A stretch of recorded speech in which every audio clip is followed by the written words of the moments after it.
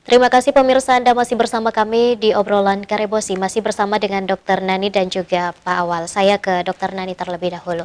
Dokter Nani, adakah kemudian usia-usia tertentu yang mudah terdampak dengan kasus gangguan ginjal akut pada anak ini? Iya, kalau dari sisi usia sebetulnya yang kita jadikan definisi operasional untuk gangguan ginjal akut pada anak ini berarti dia pada anak ya usianya di bawah 18 tahun. Kemudian dia perlangsungannya itu dia akut harus mendadak. Jadi kalau misalnya yang sudah lama bahkan sampai harus dicuci darah itu sudah tidak masuk lagi dalam kriteria gangguan ginjal akut. Itu sudah masuk ke dalam gangguan ginjal kronik. Nah, kalau yang anak usianya sebetulnya ya karena ini memang masih baru terpaparnya kondisi ini sampai saat ini kalau gangguan ginjal akutnya itu usia anak memang banyak karena dikasih batasan 0 sampai 18 ya.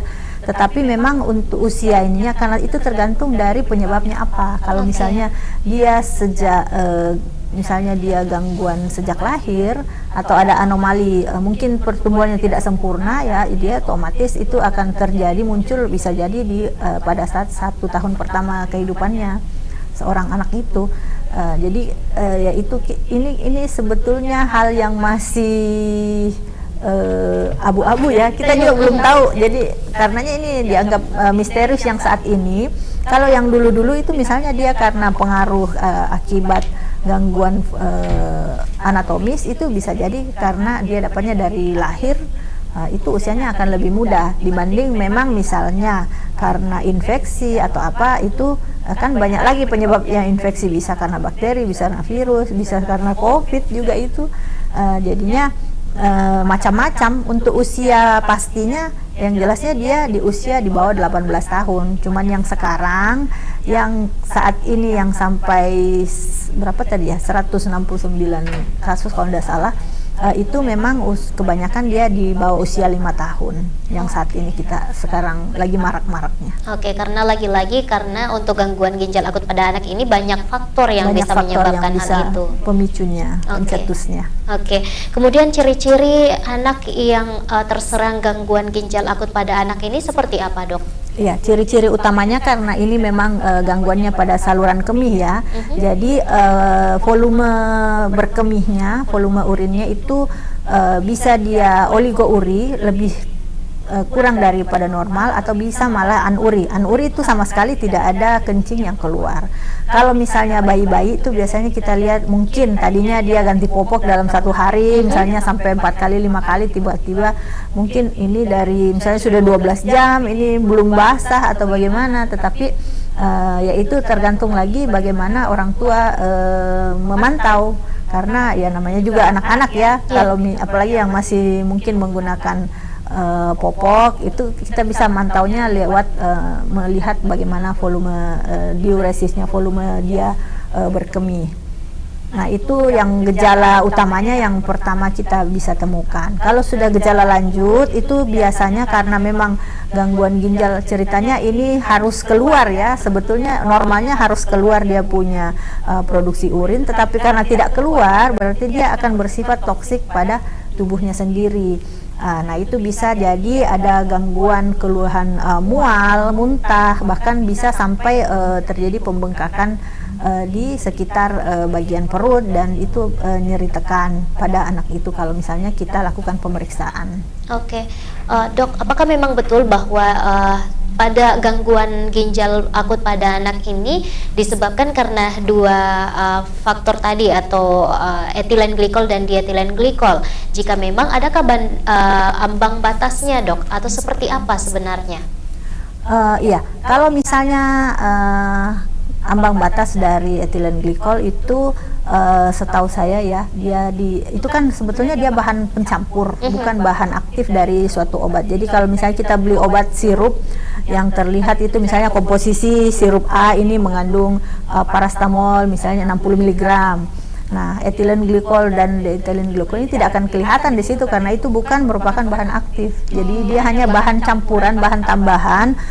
Kira-kira misalnya dia seperti membuat si sirup ini menjadi campuran yang rata. jadi membuat dia menjadi emulsi yang sempurna, jadinya ditambahkan zat tersebut.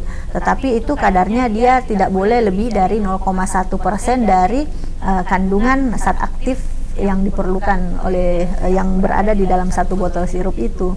Jadinya yang mungkin saat ini yang diperiksa sudah dikeluarkan nama-namanya oleh Badan POM itu pada saat diperiksa memang dia melebihi 0,1%. Jadinya itu sudah masuk dalam kriteria yang dilarang dan ditarik izin edarnya, dan saat ini mungkin sementara ditarik dari distribusinya di apotek-apotek. Ada berapa jenis obat sirup, Dok, yang kemudian ditarik sejauh ini? Yang sejauh ini karena pengumuman kita tidak lakukan pemeriksaan sendiri ya, jadi kita hanya menunggu dari Balai POM. Itu setahu saya sudah ada 5 yang ditarik, kemudian ada beberapa yang dinyatakan aman, jadi berarti sudah diperiksa dan tidak ada kandungan lebih dari yang seharusnya, dan ada juga yang lain yang masih dalam pemeriksaan. Jadinya yang memang kemarin barangkali kita lihat sendiri dari Balai POM juga melakukan konferensi pers untuk barangkali saja waktu itu pemeriksaannya belum tuntas ya, tetapi karena sudah merebak kasus ini di masyarakat sehingga diberikan pengumuman dulu untuk sementara, tetapi pastinya akan ada update lagi untuk nama-nama atau jenis obat sirup yang memang sudah jadi aman atau menjadi tidak aman. Baik. Itu kita tunggu dalam 1-2 hari ini. Ya, baik. Harapan kita tidak bertambah, Dok, ya. Iya, baik, mudah-mudahan. Saya ke Pak Awal. Pak Awal, ini kan sudah dihimbau ke para apotek mungkin ya untuk tidak menjual nama-nama obat atau obat yang kemudian dilarang. Nah, seperti apa kemudian jika apotek menjual? Apakah ada sanksi atau seperti apa, Pak? Ya. Jadi untuk sementara ini kami belum berlakukan sanksi karena kami juga menunggu keputusan dari pusat.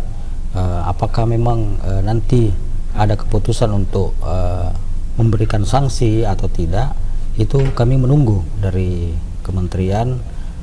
Kalaupun ternyata setelah kita sidak atau menghimbau kepada seluruh apotek, kemudian ada keputusan dari pusat untuk melakukan apakah itu penarikan atau sanksi yang akan diberikan, kita akan tindak lanjuti sesuai sesuai dengan edaran atau keputusan dari kementerian. Jadi sifatnya kami sementara ini hanya menghimbau kepada pengusaha-pengusaha apotek untuk tetap tidak mengedarkan untuk sementara waktu ya, sementara waktu sambil kita menunggu dari kementerian, begitu barangkali. Baik, jadi sejauh ini masih sebatas himbauan, belum ada sanksi. Iya, belum. Baik, Pak Awal dan juga Dr. Nani, nanti kita akan lanjutkan kembali setelah pesan-pesan berikut ini. Pemirsa tetap bersama kami di obrolan Karibosi.